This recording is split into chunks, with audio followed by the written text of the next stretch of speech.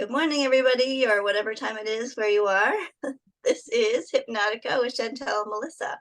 And today we are discussing the fear of rejection. So, I guess just a bit of a disclaimer, we're not here with all the answers. We're here in the mud with y'all. And we just wanted to discuss like codependency and all that fun stuff. So, as always, Melissa, take it away. I I I have worked so hard on my codependent parts and the parts of me that feel afraid of rejection, and it still comes up. It's still something that needs my love and attention instead of shame and judgment and criticism. I'm like, oh, here we are doing this again. But meeting it with curiosity has been easier and made it better. I first started going to therapy on my own. Like, it was my decision to go when I was 21 because I kept having the same experiences with men. And I thought as long as I was quote unquote like easygoing and whatever you want to do. Oh, I don't care. I don't care where we eat. It's whatever you want to do. That made me a more desirable partner. Letting someone lead at the expense of my desire, of my well-being, just so that I could be chosen and be loved. So I noticed all the same things were happening with all these different types of men. I kept getting ghosted. So I was like, all these men are completely different. I must be the common denominator. So I went to therapy. My therapist, our first few sessions in, handed me the book Codependent No More by Melody Beattie. I've read that book, I think 3 times now. I think she has other books, and I think there's like a workbook out there too. But it was shockingly eye-opening to see my own behavior being reflected back to me in this book. And my therapist kept mentioning too, like setting boundaries. I didn't know what a boundary was. I felt like as a child, when I would speak up about something, when I would say something, then I would get bulldozed or ignored. So in my mind, it didn't matter. Didn't matter what I wanted. You just have to go do whatever someone tells you to do. You could say something, but it's still not going to matter if you say anything. That going into dating is not helpful at all. Also, with growing up and trying to set a boundary or speak up and having that being bulldozed, I didn't understand that boundaries in safe environments are safe things to share with someone.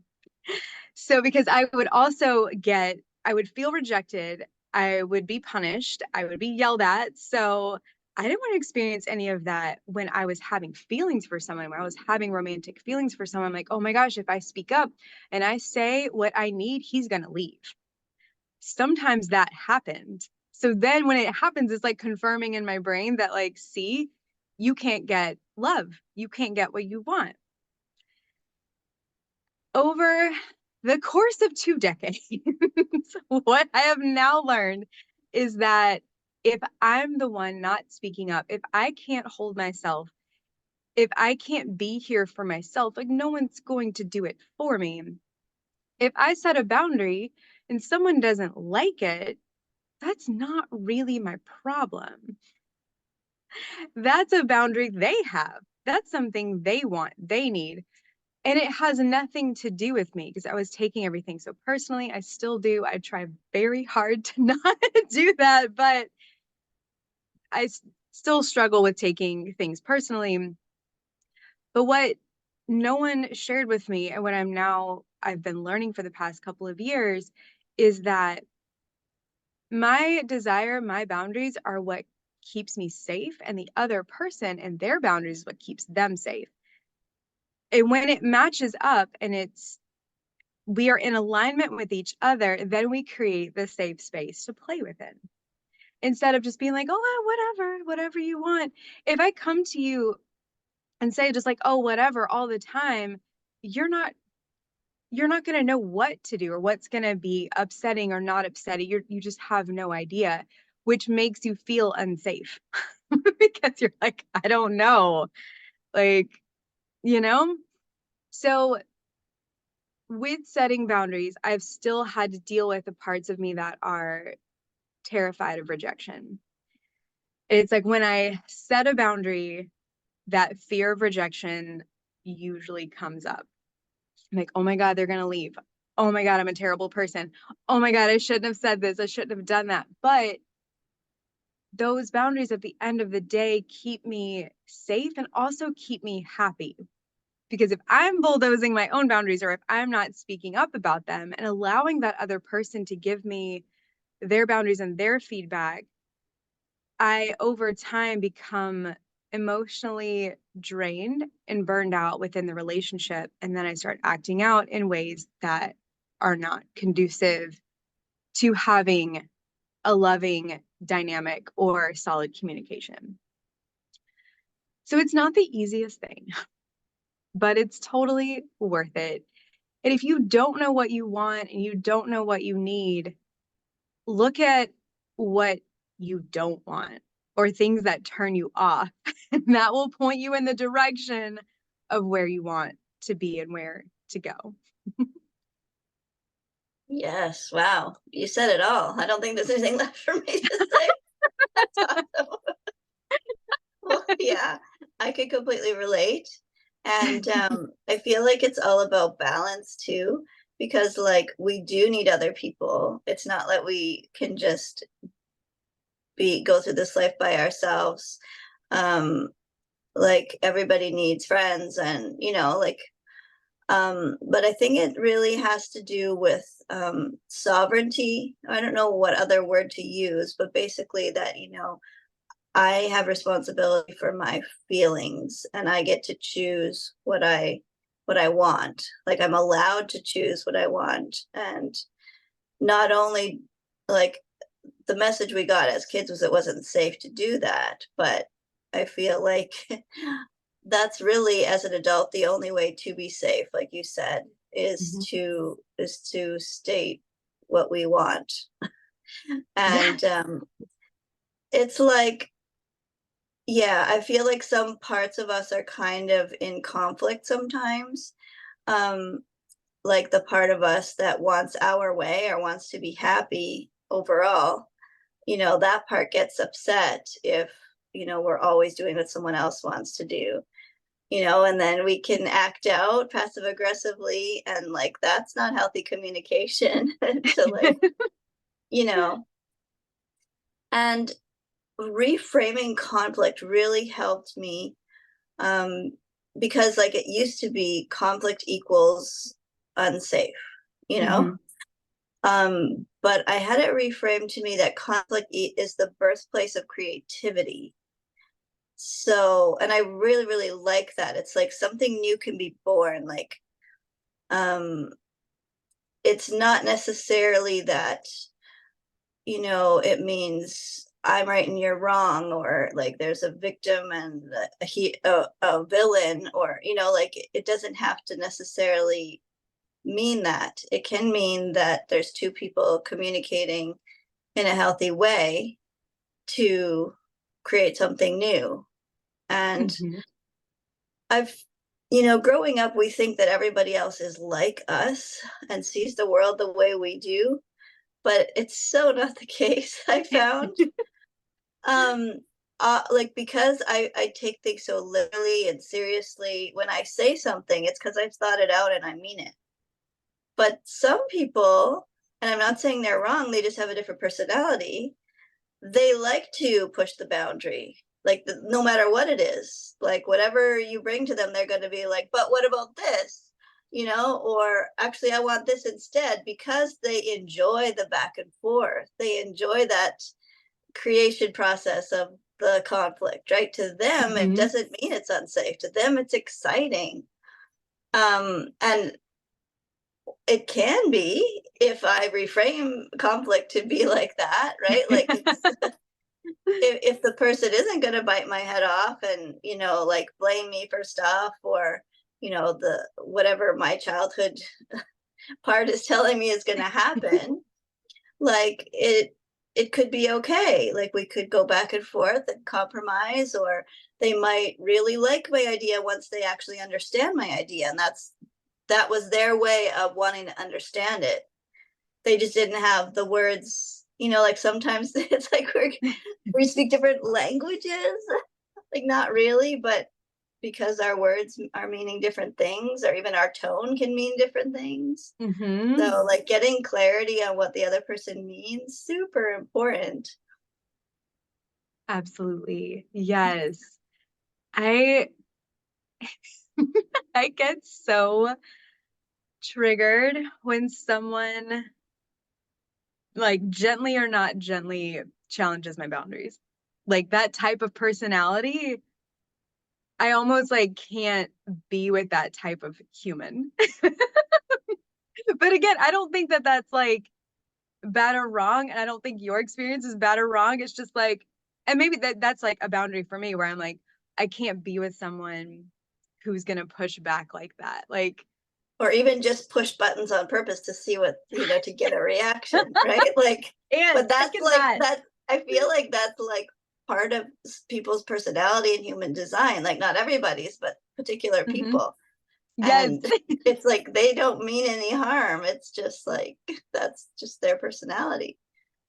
Definitely. Yes. And it's like, I think because it's hard enough for me to speak up about what I need, by the time I have gathered all the courage to be like, this is what I want, and you're gonna push back? No, no. Like, mm-mm. Yeah. Also, like it's been so long. Oh my gosh, something in my mouth. Like that we didn't speak up for what we wanted, that I feel like sometimes the pendulum swings the other way Yes. too far, where we're just so used to being nice and kind and all that, and then we're just like, okay, so to put a boundary, I've got to be firmer than firm. Like Yes. I have just really just roar here, Yes. Which I've So also done. yeah, it's all about finding balance. This whole thing, the codependency and narcissism, like it's the flip side of the same coin. Hmm.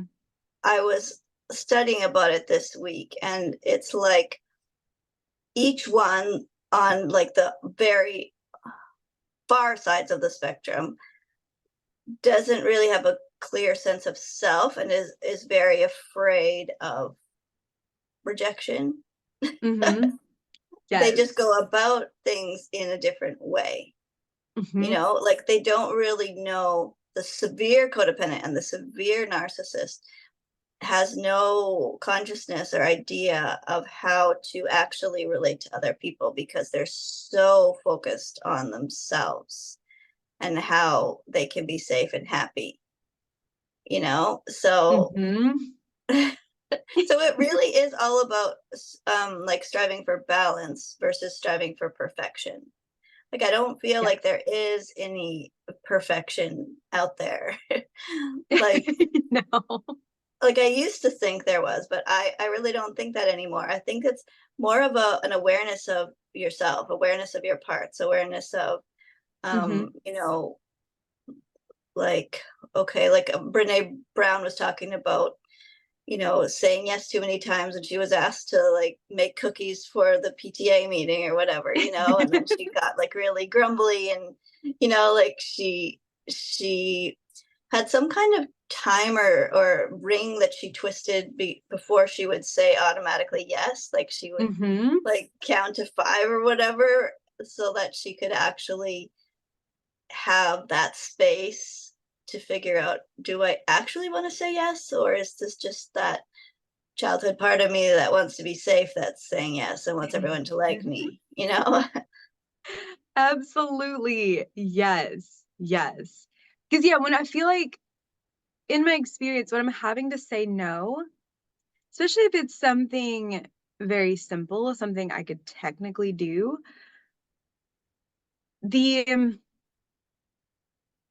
all of my stories about who I was told I was start to come back. And those stories aren't ultimately true, but that's like, again, dealing with the rejection piece of like, I, when I say yes in those moments when I actually mean no, it's a self-protective measure because I also know if I say no, I will then have to contend with all the stories that come up, all the negative things about me, what it means about me for saying no, for having the boundary. Like, well, I mean, I technically could, and like, I technically have time. So what's wrong with me? Am I being lazy? Am I being, all the things I was told?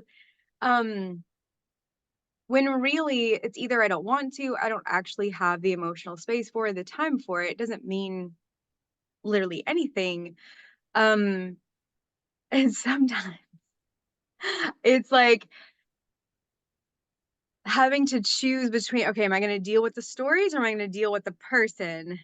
That can be a really hard decision to deal with. But the more that we can reframe the stories, no, I'm actually not lazy. I'm just at capacity right now. I could do this. I truly don't want to. So I'm going to say no. And continuing to reframe those stories, it gets easier and faster. And as you do that, or at least in my experience, as I have done that, my connection to myself gets stronger. So I can hear my yes and no more clearly and communicate more clearly. Usually, when I say yes and I mean no, I'll start getting real creative with how to back out of things, which makes me look flaky. And then I judge myself for being a flake. I never really wanted to do it in the first place. So it might look like more work up front to say no, to set your boundary and deal with those negative stories that come up than like saying yes and then feeling bad and then having to go back and forth. Like, yeah. I Choose your also own think, adventure. yeah, exactly. Choose your own adventure. Intention, I think, is a huge part of this for me, anyways. When I wake up in the morning and I write and I plan my day, I realize that I'm going to have to be flexible with my day and that things come up and it's not always as I as I plan it. Yes. Usually not, and that's okay. I'm co-creating with life. But if Mm-hmm. I don't set an intention and I'm just like, this is an empty day that, whoever comes into my space is going to fill it with their stuff and I'm just going to say yes to it all. Like there's a big difference with that day. Mm-hmm. Like when Yeah. let's say I have an appointment and someone asks me to do something, I'll be like, no, I have an appointment. And Mm-hmm. like I feel like if I in the morning make some appointments with myself of the things that I would like to include in my day, or, like then I can say no, I have an appointment, or I don't even have to tell them that I have an appointment. Like it's just like I'm busy, like I have Yeah. plans. Like, yeah, I think that's a big thing. And Mm-hmm. also, I made a note here before when you were talking because something came up in my mind um about like the expectations we have in relationships, and we get disappointed sometimes when we Mm-hmm. have those expectations and like we like this person so much and we want to spend all our time with them, and yet sometimes they have other things come up or they need some space or they need some time, and it's like I sometimes, in order to get myself to a healthier place in a relationship, I have to define it as friends with benefits. Because Mm-hmm. if a friend, like if you said, hey, we can't record today, can we record next week? I wouldn't be like in tears about it, like I Yes. would just be like, okay, something came up for them. That's fine. I'm not Mm-hmm. like, what are your motives? And like, Yeah. oh, I bet she's with someone else instead of me. Like, like Yeah. that's not even a thing. And like, why don't I give that same respect to my partner? Like Mm-hmm. I want to give that same respect to my partner. And it's just like, okay, something came up.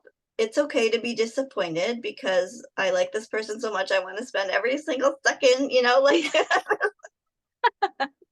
um, but like just to be okay anyways, like to be like, Mm-hmm. okay, we like they are not me, I am not them, like have some sovereignty, have some separation here, like we are our own little our own little bubbles or circles floating through life, and sometimes our bubbles or circles can connect and touch, and that's a healthy thing to do, and then we go off and do our own thing. It's not like we have to Mm-hmm. be so enmeshed and like be Right. inside each other's bubble all the time. Like every relationship, in order to be healthy, needs to breathe and Mm-hmm. needs space, and you each need your own hobbies and things to do. And Mm-hmm. yeah, so Yeah. reframing that for me is helpful, because like the definition of love, I think, has been um I don't know, muddied up in Mm-hmm. childhood, Yes. right? Like the codependent narcissistic vibe is like,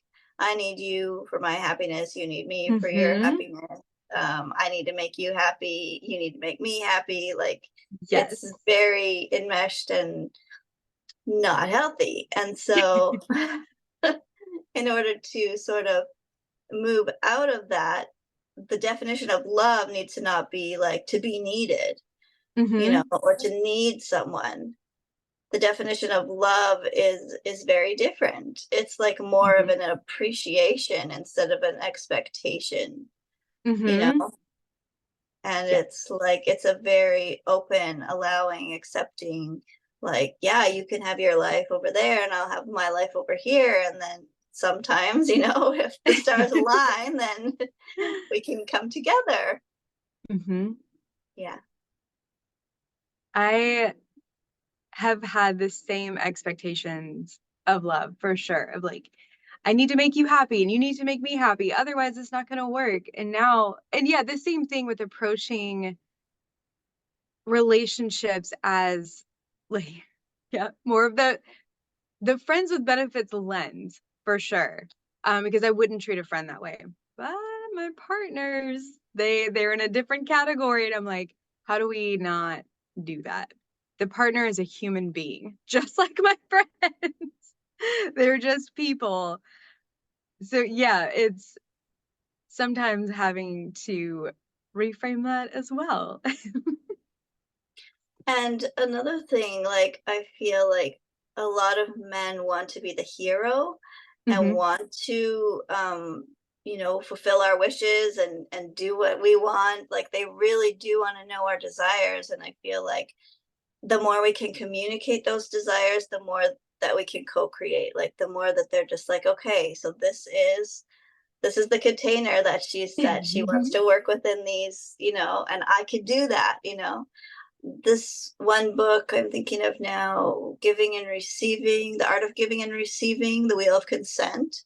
It's Hmm. all about that. Like one person makes the request, like, I would like you to touch my arm, and then it just like there's communication back and forth. It's like how fast or how much pressure would you like, or like all that kind of stuff. So it's just Hmm. like you make the request and then the other person decides if that's something that they would like to do or not. And it's totally fine if they don't want to touch your arm, like they don't have to. But Hmm. like it's just that whole, like, really drilling down on the communication of asking for what you want, and then seeing what they can bring. And then, like, Yes. often they have no clue, like even like in the realm, like, of all the possibilities that you could ask for, how are they supposed to guess, honestly? Really? Yes. Yes. Yeah. Out of the trillions of options, how would they know the Exactly. one thing that you would prefer to have right now? Like, oftentimes we have a hard time figuring out what we want. How on earth do we Hmm. expect them to get it right? Yes. Oh my gosh. And being female-bodied humans, we're cyclical beings. So what I wanted last week, it's gonna look different this week. And I need to know myself well enough to communicate that to a masculine partner because they don't know. And it's our responsibility. Yes. Yep, good reminders for us. We'll have to watch this back. I know. Yes, definitely. Yay. On that note, y'all, I think that's all I needed to say about this topic. Chantel? Yep. Yep, that's all I have to say too. For now. Amazing. Yes. All right. Well, we will see y'all next week, but have a wonderful rest of your day and rest of your week. Bye.